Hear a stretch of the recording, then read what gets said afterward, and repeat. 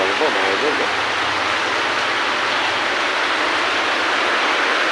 Hindi po ako nakapag-video kanina dahil sa ang lakas ng ulan.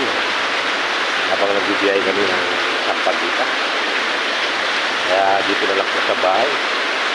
Kahit dito po sa bahay, lakas pa rin ng ulan. Ganyan po.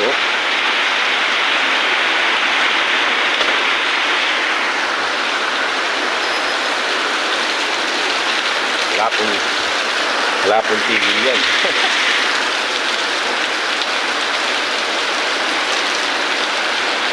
Buti naman po is medyo mataas itong nasa amin dito sa Magalang. Kaya hindi ganun nagkakalubog. Pero sa loob ng bahay namin nagkakaroon ng tubig.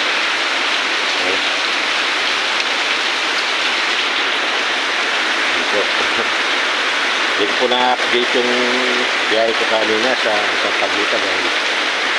Baka po mabasa yung cellphone, masira. Wala na po tayo pang video. Hindi na muna po ako nag-video. Natago-tago po yung mga cellphone lalo na pag umuulan. Hindi po sila waterproof.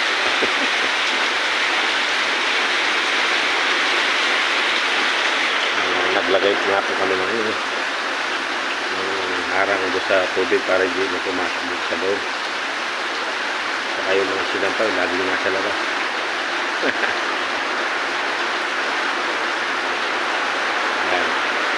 Hindi na po natutuyo sa araw. Maganda po dyan pag medyo pag-plug siya para matanggal yung amoy. Bago ito po. Lakas po yung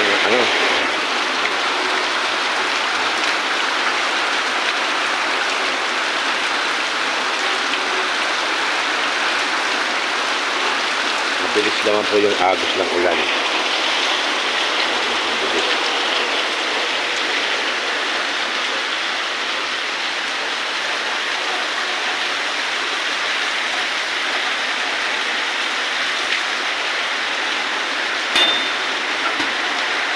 Masaya po, siya nununag po. Maraming salamat po, viewers and followers.